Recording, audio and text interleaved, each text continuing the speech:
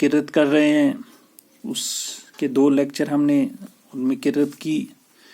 چونکہ انٹرنیٹ کا مسئلہ ہے، جو میں نے مختلف لیکچر میں آپ کو بتایا کہ مسائل کیا ہیں انٹرنیٹ کے یہاں پہ، تو اس لیے چھوٹے چھوٹے لیکچر اپلوڈ کرنے پڑتے ہیں. امید ہے کہ آپ ان کو دیکھ رہے ہوں گے یا پڑھ رہے یا سنتے ہوں گے گھر پہ.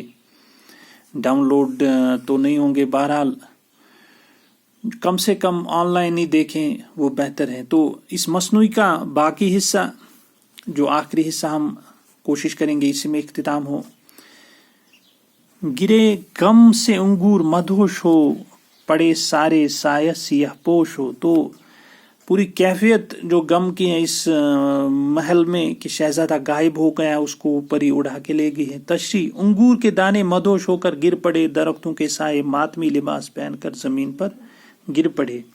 لگے تھے وہ پتے درختوں کے ساتھ، وہ ہل ہل کے ملتے تھے آپس میں ہاتھ. درختوں کے پتے بھی شہزادی کی جدائی کے غم میں افسوس کرنے لگے.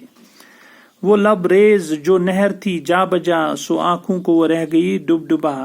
اچھلتے تھے فوارے جو اس کے وہاں، گیا سب نکل اس کا تاب تاں.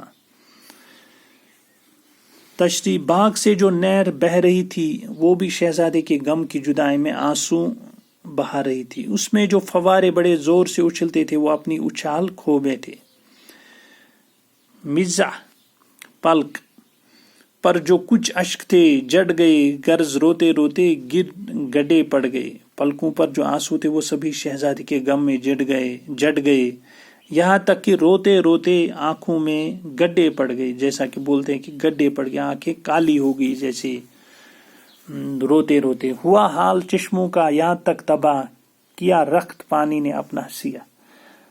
تو لباس جو حیت، کیا رخت پانی نے اپنا سیا.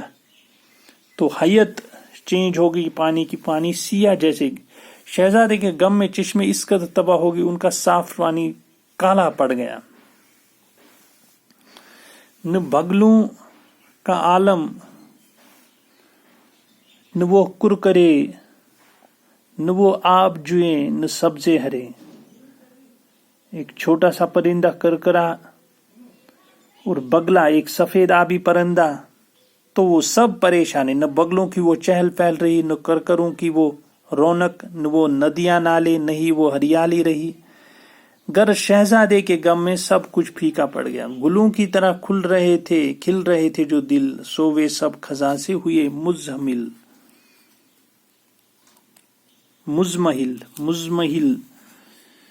مزمحل. تشریح: جو دل پھولوں کی طرح کھل رہے تھے، شہزادی کی جدائی ان پر موسم خزاں ثابت ہوئی اور وہ سبھی مرجھا گئے. یعنی دلوں میں کوئی خوشی باقی نہ رہی. نہ گنچا نہ گل نہ گلستہ رہا، فقط دل میں ایک خار ہجراں رہا. نہ گنچے رہے نہ پھول رہے اور نہ باغ ہی رہا، اگر رہا تو فقط دل میں شہزادی کی جدائی کا غم.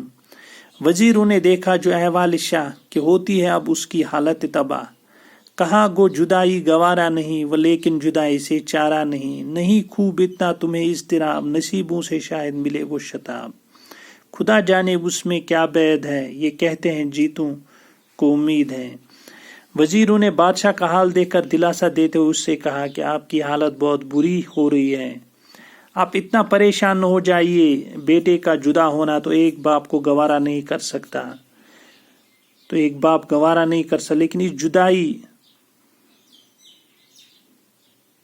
لیکن اس جدائی کو اب سہنے کے سوا اور کوئی چارہ نہیں ہے. آپ زیادہ غمگین نہ ہوں، شاید نصیب اسے جلدی آپ کے پاس لے آئیں. اس میں کیا خبر چھپی ہے وہ تو خدا ہی جانتا ہے، لیکن ہمیں امید رکھنی چاہیے.